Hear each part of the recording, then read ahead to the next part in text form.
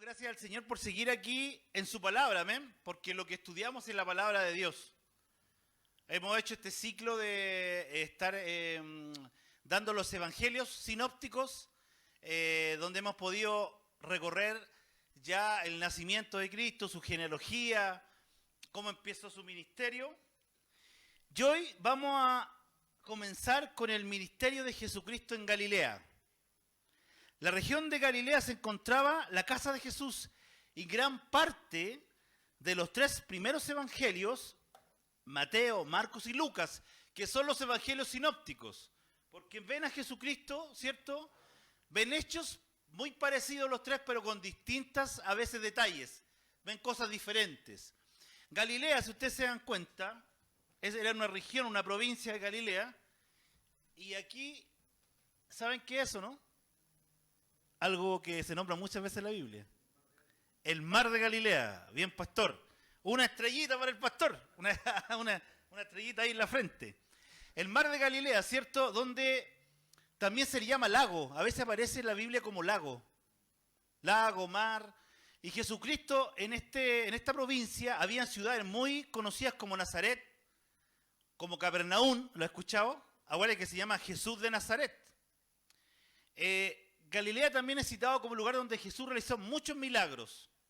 Dentro de esos, caminó por el agua, calmó la tormenta. También ahí llama, ¿cierto?, a sus discípulos. Pasaron muchas cosas en la región, en la provincia de Galilea. Por eso que es importante situarnos, contextualizar el lugar geográfico donde se ocurren estos hechos. Amén. Ahí empieza el ministerio, significa servicio. Ese es un ministerio. Jesucristo empieza su servicio. Mire, ¿quién me puede buscar? Lucas, pastor. Búsqueme Lucas 4, 42 al 44. Ustedes me van a ir ayudando ahí con algunos versículos. Vamos a hacer juntos este estudio. Cristóbal es tu nombre, ¿cierto? Bienvenido a este curso. Amén. Pastor, con voz fuerte. Cuando ya era de día, se alzó y se fue a un lugar desierto, y la gente le buscaba. Y llegando a donde estaba, le detenían para que no se fuera de él. Pero él les dijo, es necesario que también a otras ciudades anuncie el evangelio del reino de Dios, porque para esto ha sido enviado. Y predicaba en la sinagoga de Galilea. Amén. Amén. Querían que, cierto, él persistiera en ese lugar. Este es el de arriba, ¿no? Abajo. ¿Ahí? Ahí. Ministerio de Jesús en Galilea. Los evangelios señalan que Jesús tuvo mucho tiempo ahí. ¿Cierto? Querían que siguiera ahí, pero él tenía que irse a otros lados también. Tenía que seguir su ministerio. Jesucristo vino con propósitos. Hizo grandes milagros en ese lugar. Disertó hermosa enseñanza. La gente se agolpaba a escucharlo. Se le denomina el año de la popularidad, porque Jesucristo empezó un ministerio muy, como decía el pastor en la clase pasada, a los 30 años, comienza este ministerio, pero lo comienza de una, así con toda la unción, con toda, ¿cierto?, el power, podríamos decir, lo comienza de una. Entonces, Jesús comenzó a predicar y decir algo muy fundamental: arrepentíos, porque el reino de los cielos se ha acercado. El viernes, iba a decir domingo, nuestro hermano Ezequiel predicó sobre justamente el pecado y el arrepentimiento, ¿no? ¿Qué es lo que hace Jesucristo? ¿Qué es lo que llama a la gente? Arrepentidos, ¿cierto? ¿Por qué? Porque hay una condición pecadora, ¿o no? Cada uno tiene que entender que somos pecadores. Romanos 3:23, ¿qué es lo que dice? Por cuanto todos pecaron, fueron destituidos de la gloria de Dios, echados así, una patada para afuera. ¿Por qué dice todos pecamos? Porque Adán pecó. El primer hombre se le dio todo en el paraíso, pero él desobedeció. Porque el hombre, ¿sabe qué? Desobedece a cumplir órdenes, ¿o no? ¿Cuesta, no? Que la gente cumpla órdenes. Yo a veces le digo, muchas veces a mi nieto, a veces a mi hijo, y no hace las cosas como a la quinta vez, y tengo que repetirle muchas veces. ¿Qué fue lo que le dijo Dios a la creación especial? Que podían comer de cualquier fruto, árbol, menos de ese árbol. ¿Qué es lo que hicieron? Comieron de ese árbol. Por lo tanto, fuimos destituidos de la gloria de Dios. Estábamos separados. El ser humano estaba separado de Dios. Entonces, cuando viene Jesucristo, dice, arrepiéntanse, ¿cierto? Porque el reino de Dios se ha acercado en él. Recuerden que lo que dice el Evangelio de Juan 14:6, yo soy el camino, la verdad y la vida, el camino. Se describe así Jesucristo como un camino, donde quien va a él, va al Padre, ¿cierto? Hermano Humberto, mira, ¿puedes ver Mateo 3, del 1 al 3? ¿Está arrepentido porque el reino de los cielos se ha acercado? ¿También lo dijo? Sí, por favor.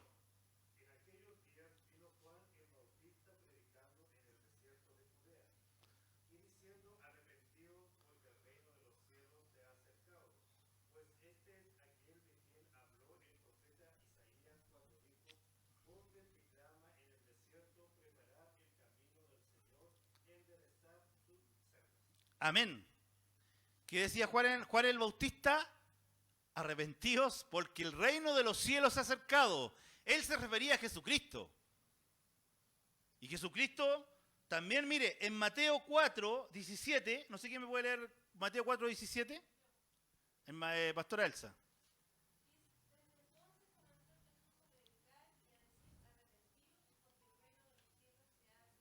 ¿Qué tal? ¿Ah? Hay una, ¿cierto? Armonía entre lo que decía Juan el Bautista, arrepentido porque el reino se ha acercado, y que Jesucristo dice, empezó a predicar y a decir arrepentido porque el reino de los cielos se ha acercado. Y él era el reino de los cielos, que estaba acercándose al hombre, para que todo aquel que en él crea sea salvo. Él venía a entregar la salvación, y arrepentirse es fundamental. En los tiempos de ahora igual. Yo cuando mi hermano terminó la predicación se me vino al tiro también un versículo que lo ocupamos mucho en el discipulado, ¿cierto? Que es 1 de Juan 1:9, ¿cierto? ¿Qué es lo que dice hermano Humberto? Que si confesamos nuestros pecados, Él es fiel y justo para perdonarnos y limpiarnos de toda maldad. Y también dice en el 10, que si decimos que no pecamos, le hacemos a Él mentiroso. ¿Y a quién le hacemos mentiroso? A Dios. Por lo tanto, aquí Jesucristo, ¿qué es lo que venía diciendo? Arrepiéntanse. De una, porque aquí está el reino de Dios. En Él estaba el reino de Dios. Él venía a mostrar cómo era el reino de los cielos. Lo perfecto, lo puro, lo sin mancha.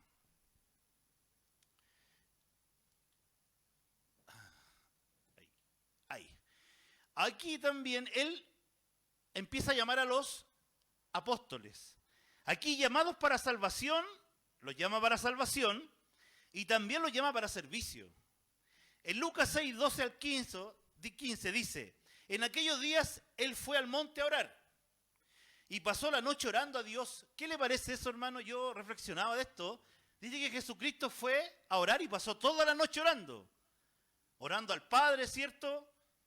Y orando para que Dios, yo creo, también confirmara las personas que él iba a elegir. Amén.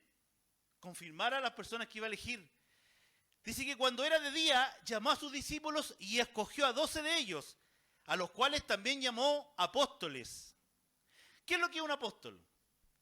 El apóstol, del griego apóstolos, significa un enviado. Es alguien que está siendo enviado a cumplir un propósito. En este caso, a llevar un mensaje. Ese es un apóstol, ¿cierto? Porque él preparó a 12 para enviar. Por ejemplo, ahí en el versículo 14 dice, a Simón, a quien llamó Pedro, a Andrés su hermano, a Jacobo, a Juan, a Felipe, Bartolomé, a Mateo, Tomás, Jacobo, hijo de Alfeo, Simón llamado Celote, Judas, hermano de Jacobo, y Judas Iscariote, que llegó a ser el traidor. Habían dos Judas, Judas Tadeo y Judas Iscariote, que todos sabemos, bueno, lo lamentable, bueno, él le entregó a Jesucristo, ¿cierto?, por 30 monedas de plata, pero también dice que después se arrepintió, que se había arrepentido de haberlo entregado, quiso devolver las monedas. Claro, imagínense el peso, ¿cierto?, de haber cometido eso. Al rey, al maestro, Cuando comió con él, estuvo al lado, aprendió de él. Pero bueno, eso lo hace también ver que a Jesucristo lo traicionaron. A Jesucristo lo dejaron solo y a Jesucristo lo crucificaron. A los suyos vino y los suyos no le recibieron. ¿Usted se ha sentido alguna vez traicionado? ¿Cuántos dicen sí o amén? Yo me he sentido traicionado y creo también que también me he sentido cuando alguien me ha defraudado y creo que yo también he defraudado a personas. Porque eso es muy, a lo mejor sin querer a veces, hemos defraudado a personas. Hemos hecho daño, hemos dicho cosas hirientes. Y la otra vez venía una palabra a mi vida que decía, Señor me decía a mí, ¿cuánto padecí yo? ¿Cuánto me negaron a mí? Los mismos que él eligió que estuvieron al lado. Los que vieron los milagros in situ, en vivo. No lo estaban leyendo, no se lo estaba leyendo a alguien como lo leemos nosotros. Ellos lo estaban viviendo, viéndolo ahí como sanaban cojos, ciegos, paralíticos, mudos, leprosos. Pero aún así, Pedro lo negó, Judas lo traicionó. Entonces, para que veamos que es la condición humana de muchas veces, al ver un temor o al ver algo, tiende a traicionar, tiende a defraudar a las personas. Y el rey fue traicionado. Ahora Jesús oró toda la noche y destaco eso porque la oración es fundamental. Nosotros tuvimos una hermosa oración ayer y en eso yo le invito a orar. A lo mejor en su casa, en la iglesia, oportunidad que usted pueda, en la micro, en el metro, donde usted se dé, en el baño del trabajo, a lo mejor donde pueda, ore. Yo tengo testimonio de eso. Cuando una vez me iban a contratar en un trabajo, si me terminaba el contrato y me puse a orar en una bodega. Y me acuerdo que me contrataron. Y ya llevo 6 años en ese trabajo. ¿Por qué? Porque hay que orar en todo lugar, donde sea. En un hospital, donde uno vaya, tiene que orar. Si Dios está en todos lados, es omnipresente. O sea, Él lo va a escuchar siempre y en cualquier lugar. Pero tenemos que orar. Mateo 1 dice, estando llamando a los 12 discípulos, les dio autoridad. Yo destaqué eso, hermano, les dio autoridad. ¿Usted cree que Dios nos dio autoridad? Sobre espíritus inmundos, para que echen fuera y para sanar toda enfermedad y toda dolencia. Hay que tener autoridad, sí. Hay que creer en la palabra. Porque si oramos pensando que no va a pasar nada, o oramos por si acaso, en una oportunidad había una familia que una persona se enfermó. Y la familia de él era cristiana y la familia de ella era cristiana. Pero una familia oraba para que Dios haga su voluntad y la persona parta con él. Pero la otra familia oraba para que hubiera sanidad y milagro. ¿Quién está bien de los dos? Está bien el que ora para que Dios haga su voluntad y a lo mejor tenga que partir y descansar la persona, entre comillas, su cuerpo descanse. ¿O está bien los que oran por una sanidad física? Gran pregunta, ¿cierto? Pero lo que voy yo es que dice que Dios le dio autoridad sobre espíritus inmundos para que lo echen fuera y para sanar enfermedades y dolencias.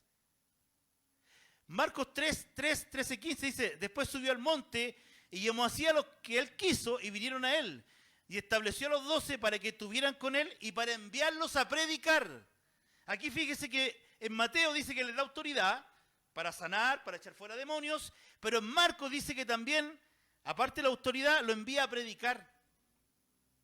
Y que tuviesen autoridad para sanar enfermedades. Si usted se da cuenta, hay una armonía entre un evangelio y el otro. No dicen lo mismo, pero en uno habla de autoridad para sanar y en el otro agrega que los envía a predicar. O sea, que vayan a predicar, pero que vaya con autoridad. Para cuando se encontraran un enfermo, una persona endemoniada, echaran fuera demonios y los sanaran. Por eso que se llaman evangelios sinópticos, porque ven los hechos de Cristo, ven la vida de Jesucristo, pero con pequeñas diferencias, pero es lo mismo. Uno dice que, claro, que no nombra, digamos, en Mateo que lo envió a predicar, pero Marcos sí lo nombra que sí lo envió a predicar. Para que veamos la veracidad de los relatos. Porque si fueran todos iguales, no sería muy verado, ¿no? Claro, porque si fuera igual todo, diría que No serían sinópticos, exactamente. Porque sinóptico, ¿qué significa? Ver conjuntamente. Entre tres, ven, digamos, la vida del Señor con distintos argumentos. El Sermón del Monte, ¿cuánto lo han escuchado? ¿Cuánto lo han leído? ¿Cuánto ha ido a hablar del Sermón del Monte? En él se establecen los principios fundamentales del reino de Dios. ¿Qué decía el Señor? Arrepentíos porque el reino de Dios se ha acercado. Y aquí en el Sermón del Monte, él no viene a presentar el Evangelio, no viene a dar el plan de salvación. Él lo que viene a hacer el Señor es a enseñar. Lo que viene es a hablar con los discípulos. Jesús quiere enseñar a sus discípulos acerca del carácter de los súbditos del reino de Dios. Amén. Aquellos que han de anunciar el mensaje, aquellos que tienen que llevar el Evangelio, las buenas nuevas. El Señor viene a eso, para entender lo que es la naturaleza del reino, cómo funciona el reino de los cielos. Que ellos puedan mostrar en sus vidas el poder transformador del mensaje entregado. El seguir al Señor significa seguirlo con una conducta diferente, con nuevos hábitos. Mire, el Evangelio o la Biblia, ¿cierto? Los 66 libros que nosotros predicamos, que usted que está ahí en las redes sociales, cuando usted escucha un mensaje que esté basado en la Biblia, obviamente, la sana doctrina, siempre va a ser una enseñanza. Cómo debemos comportarnos, cómo debemos conducir nuestra vida. Aquí hace poco tuvimos 4 temas del matrimonio, pero basado en la palabra. ¿Y para qué era? Para que podamos conducir bien nuestro matrimonio. Es un apoyo, pero basado en la palabra. También se habla del amor, pero basado en la palabra. El arrepentimiento, pero basado en la palabra. Todo lo que usted escuche está basado en la palabra de Dios. Por lo tanto, es un canon para vivir. Un canon es un modelo, ¿cierto? Cómo debemos comportarnos, nuestros hábitos, nuestras costuras, nuestros frutos, cómo debemos tener frutos. Amén. Bueno, el Sermón del Monte está en Mateo 5, de ahí hasta el 7, 29 por ahí, es bastante extenso. Ahí. Temas del Sermón del Monte. La bienaventuranza, ¿la has escuchado? Bienaventurados, felices, también significa bienaventuranzas. Y tiene varios temas: sal de la tierra, la luz del mundo, Jesús y la ley, Jesús y la ira, el adulterio, el divorcio, los juramentos, los enemigos, las limosnas, la oración, el ayuno, los tesoros, el cuerpo, riquezas, ansiedad, el juzgar, la puerta estrecha, los frutos, nunca os conocí, cimientos. Está lleno de enseñanza, hermano. Está como es el reino de Dios. Jesucristo lo que estaba haciendo era instruir a los discípulos, a los apóstoles, darles las herramientas para que ellos se manejen en la vida. Pero no solamente ellos, nosotros también. Porque yo me considero también un discípulo de Cristo, un seguidor de Cristo, un cristiano.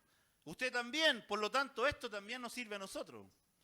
Mire, ¿quién me puede leer, digamos, Mateo 7, del 15 al 20? Aquí vamos a ver que dentro de estos temas, hermano, hay temas que son fundamentales para el cuidado de la iglesia y para el cuidado de la vida nuestra. Hermano Humberto, por favor.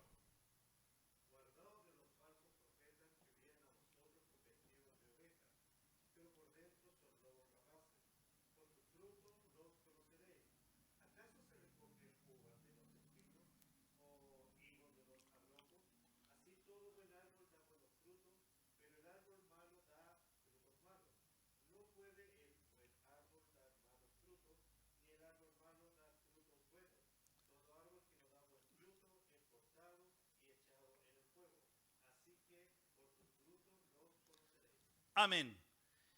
¿Qué está diciendo el Señor? Ojo, tengan cuidado de los falsos profetas. ¿Y qué es lo que dice el Señor? Por los frutos los conocerán.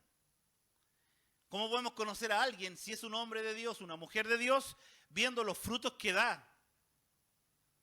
¿Cuál es el fruto del Espíritu? Porque es un fruto, pero tiene distintas: amor, benignidad, templanza, paz. ¿Qué más? Mansedumbre. O sea, ese fruto del Espíritu, si se refleja en un cristiano, usted dice, bueno, tiene fruto, ¿no? Tiene templanza, tiene amor, es un hombre de paz o mujer de paz, es templado, etcétera. Entonces, ahí estamos viendo frutos. Pero el Señor hace una advertencia, ¿no? Cuídense de los falsos profetas. Aquellos que vienen en mi nombre y que dice, nunca os conocí, hacedores de maldad. O sea, el otro día, hermano, veía no me acuerdo si era Netflix o otra plataforma, un reportaje sobre una iglesia, una secta en realidad, que se llama Luz del Mundo, mexicana. No sé si alguien lo ha visto. Y era totalmente satánico, como no decirlo de otra forma, donde sus líderes preparaban niñas, que eran las elegidas, así le llamaban, para hacer servicios sexuales al enviado de Cristo. Porque el apóstol, se llamaba el apóstol el líder, y él era enviado de Cristo. Y preparaban niñitas que tenían que sentirse privilegiadas, decían ahí, porque iban a estar con él. O sea, ¿qué dice ahí? Cuidado de los falsos profetas. Ahora, el sermón del monte es mucho más que esto, hermano. Yo le estoy haciendo una pequeña pasada, pero vaya que tiene temas muy importantes. Mire, el último, Mateo 7, 21 al 23. ¿Quién lo puede leer? Hermana Elsa.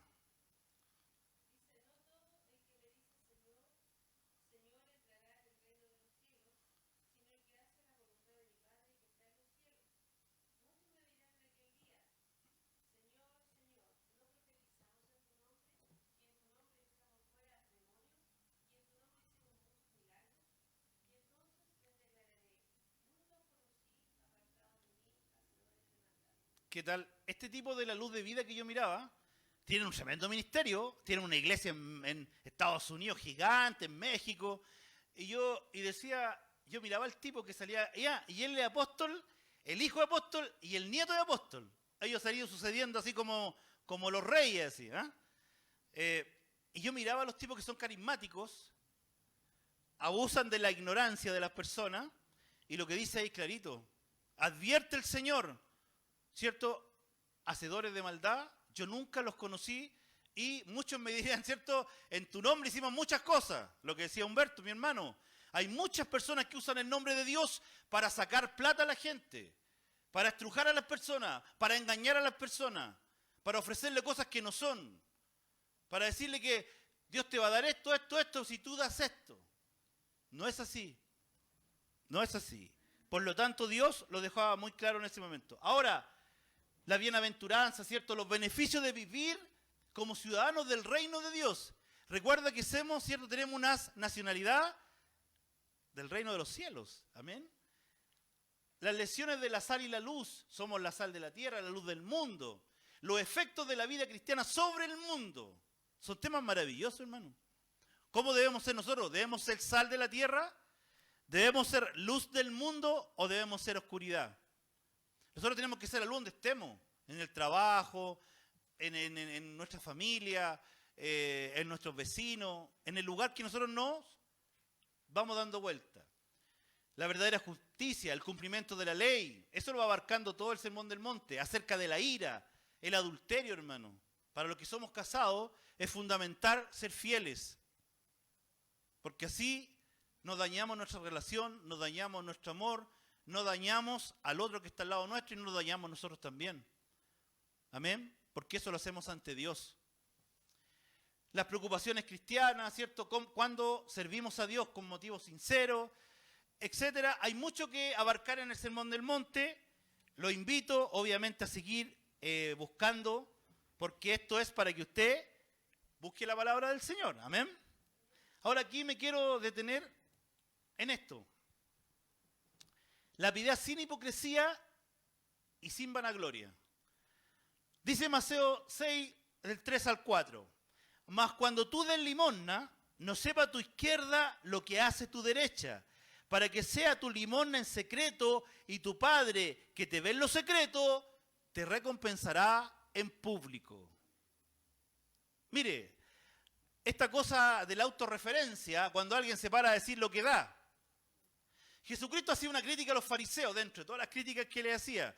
Y una era que cuando entraban al templo, donaban o daban o ofrendaban monedas de oro, no sé lo que daban ellos, pero delante de todo el mundo, ¿cierto? Y la entregaban, yo me imagino, ahí. Es como cuando usted va a ofrendar y saca los billetes, ¿ah? Y los cuenta, ¿ah? Cuenta y no echa una moneda. Pero cuenta para que los demás vean cuánto va a dar. Su billetera, esa billetera grande, ¿no? Que tiene la chequera. Ah, que tiene los billetes ahí para que se vean. Tome, ahí voy a ofrendar yo. O yo di esto, o yo ofrendé esto otro. Y empiezan a nombrar las cosas que hacen. Aquí es clarito el Señor. Tu izquierda no debe saber lo que hace tu derecha. O sea, silencio. Si damos, callado. ¿O no? Porque Él lo sabe. El Señor sabe lo que tú estás dando y cómo lo estás dando. En ese ejemplo, cuando criticaba a los fariseos, cuando aparece la mujer con las dos blancas, ¿qué es lo que dice? Esta viuda dio todo lo que tenía. Dio mucho más que los otros que quizás daban mucho más que ella, pero no daban de corazón. Y lo otro, en Mateo 6:6, dice,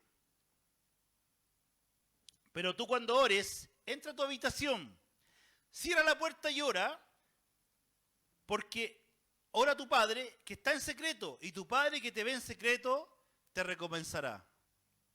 O sea, cuando oremos, hermano, no necesitamos que nos estén viendo. En esos tiempos los fariseos oraban en la esquina. Todo lo hacían para que lo vieran los demás. Todo era como para mostrarse. No necesitamos eso. Necesitamos decir que uno ayuna toda la semana, que si ora a las 3 de la mañana, a las 5 de la mañana, a las 6 de la mañana, ora toda la noche. No es necesario. Hay que guardar silencio.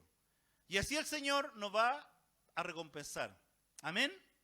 ¿Le quedó claro esa parte? ¿Alguna duda, consulta? ¿Alguna acotación? Hermanos. Miren, el Sermón del Monte tiene muchas enseñanzas. Tiene la advertencia contra el juzgar, el peligro de juzgar a los otros. ¿Será importante eso, no? Mire qué dice Pastor el 7 del 1 al 6. ¿Sí, Mateo? Siempre estamos en Mateo hoy. No juzguéis para que no seáis juzgados, porque con el juicio con que juzgáis seréis juzgados, y con la medida con que medís os será medido. ¿Y por qué miras la paja que está en el ojo de tu hermano y no echas de ver la viga que está en tu propio ojo? ¿O cómo dirán a tus hermanos, déjame sacar la paja que está en tu ojo, y aquí la viga en el ojo tuyo? Hipócrita, saca primero la viga de tu propio ojo y entonces verás bien para sacar la paja del ojo de tu hermano.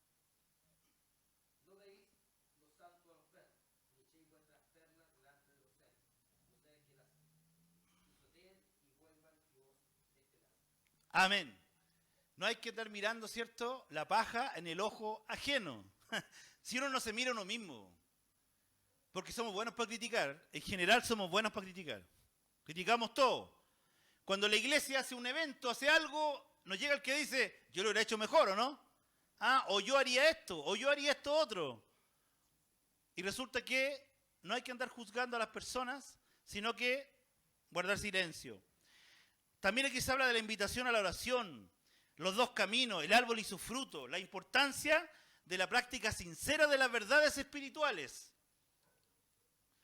Mire, al último, en Mateo, al último cuando ya, digamos, está terminando el Sermón del Monte, dice Jesucristo en Mateo 7, 26, 27, pero a cualquiera que me oye estas palabras y no las practica, le compararé a un hombre insensato que edificó su casa sobre la arena.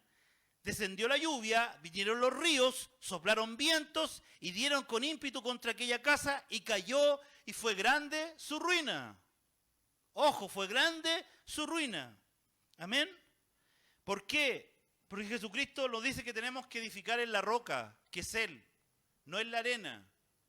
Porque si nosotros edificamos en la arena significa que si nosotros somos débiles, no estudiamos la palabra, no escuchamos.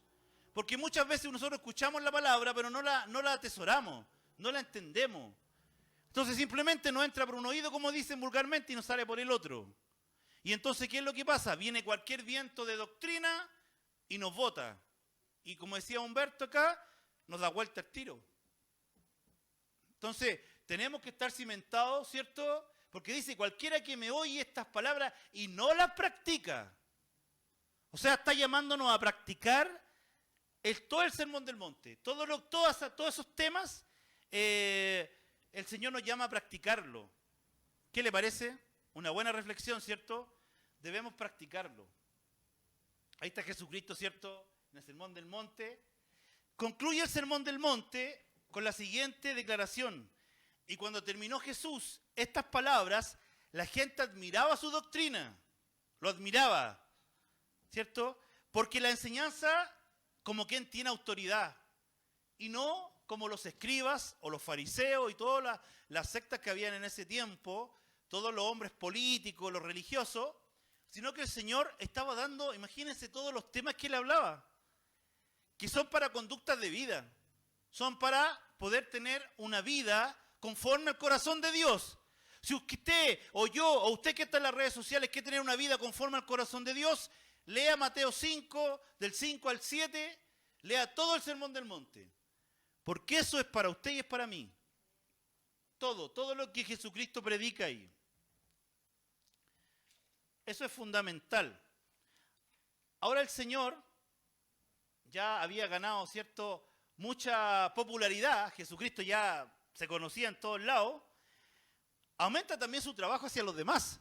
Todos querían estar con Jesucristo, ¿cierto? Tenía seguidores, todos querían sanidades, todos querían todo.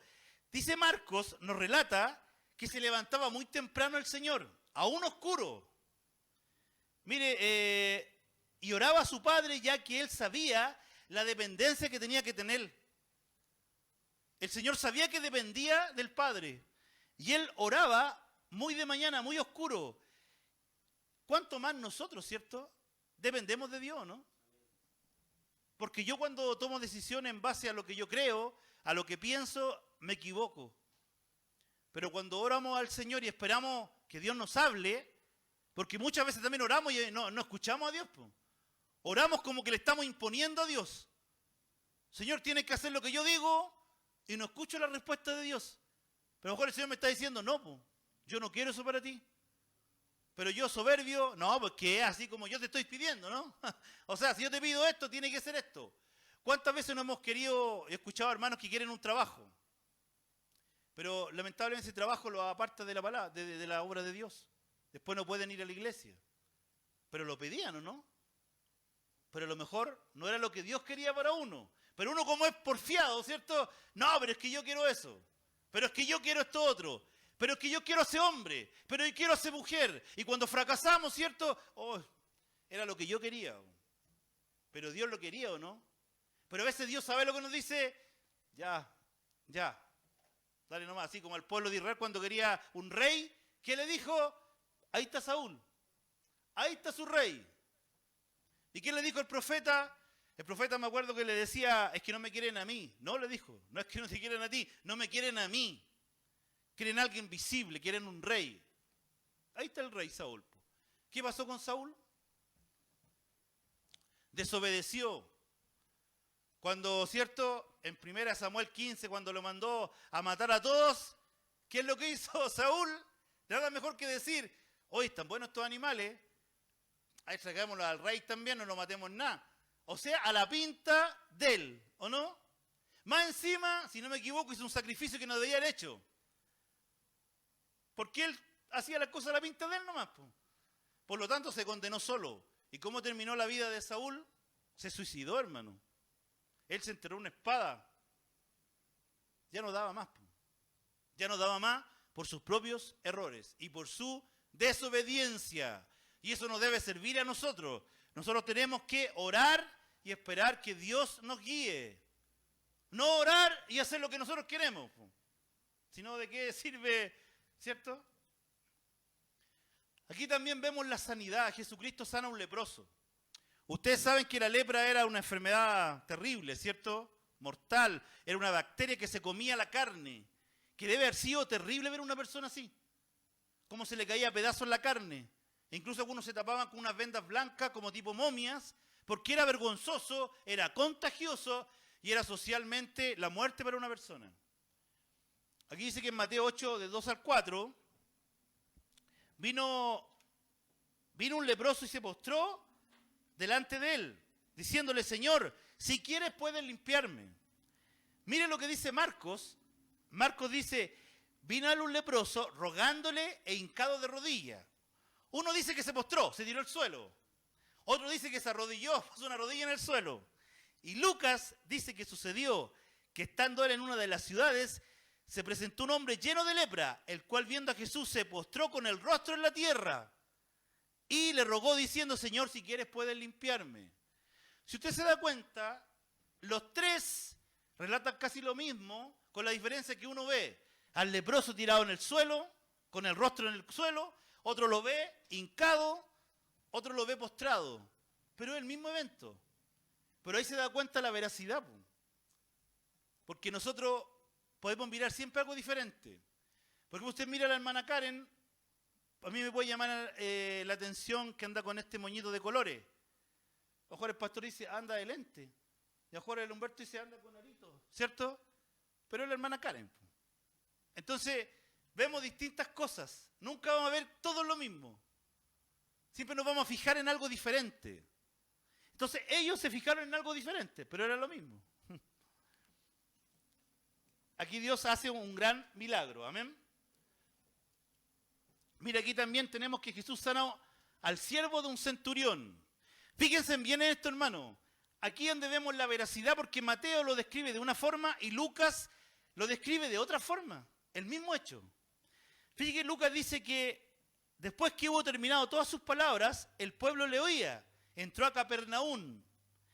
Y el siervo de un centurión, a quien quería mucho, estaba enfermo y a punto de morir. Cuando el centurión oyó hablar de Jesús, le envió unos ancianos a los judíos. Dice aquí que el centurión envió unas personas, ¿cierto? Para que fueran a hablar con Jesús y le dijeran que fuera a sanar al siervo del centurión. Pero fíjense una cosa. Voy a ir. En Mateo 8, del 5 al 13, dice que aquí, entrando Jesús a Capernaum, vino a él un centurión rogándole. En el otro decía que mandó, ¿cierto?, unas personas a hablar con Jesucristo, y aquí Mateo dice que vino al centurión a hablar con él. Y diciéndole, Señor, mi criado está postrado en casa, paralítico, gravemente atormentado. Y Jesús le dijo, yo iré y le sanaré. Respondió el centurión y dijo, Señor, no soy digno que entres bajo mi techo.